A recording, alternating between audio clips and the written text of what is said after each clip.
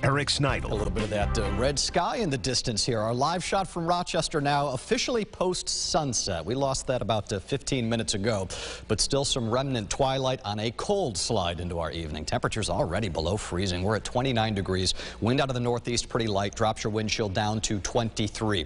That's not why you are here. You're here for what's about to be happening over the next 24 hours. First things first, through the evening, through the night, we are quiet. You got somewhere to be tonight into early tomorrow morning. I don't think you are running into any problems, at least if you're traveling here locally. And I'm going to throw a caveat or two in there in the next minute or so, but at least through 7 a.m. it will start getting cloudier. It will stay cold, but there will be no local icy travel through that point. Now, we at no point here either expect this to be a major winter storm, and I want to get that right out front here.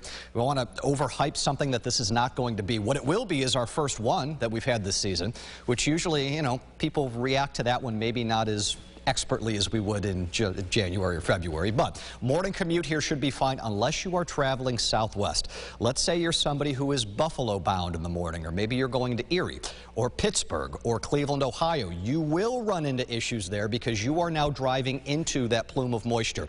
It will take until after 10 o'clock in the morning for that moisture to get here into Monroe County.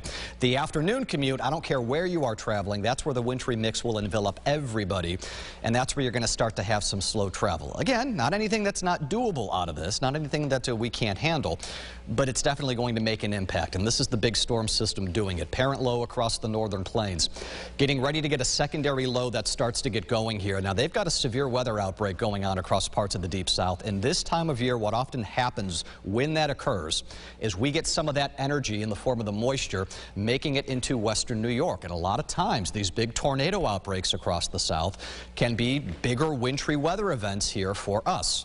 So future view tonight, same premise holding tight here. We thicken the cloud cover up. That's about it. 10 o'clock in the morning. Remember, westbound and southwest travelers, that's what you're running into, but we are still good to go here. By the time we get into lunchtime, though, that wintry mix with probably more of a lean toward wet snow, and that should keep on falling through most of our day on Thursday before gradually starting to taper off here from west to east as we go into the day on Friday. There will be some freezing rain issues in this. I think the majority of this would actually be of an impact to those driving. Will be well south of Rochester. We're looking at the high terrain, especially getting into parts of Wyoming County.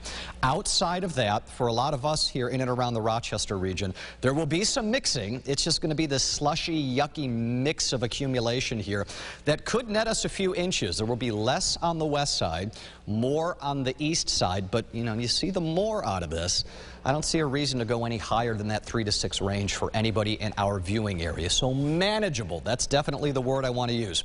Now, once we get through this, we're going to have to track some lake effect issues back to our west. Orchard Park on Saturday, which I believe we got a Bills game that just so happens to be there. Could be dicey. Yeah. Primetime game, too. Oh, yes. Busy compared to what we've been seeing on the 8-day forecast. We've got some activity here, which is good to see. Well, you see what's come along with this. Look at the highs. Yeah. You know, we're finally seeing that winter cold. And for those that want a white Christmas, I think there's some good news on that front. Much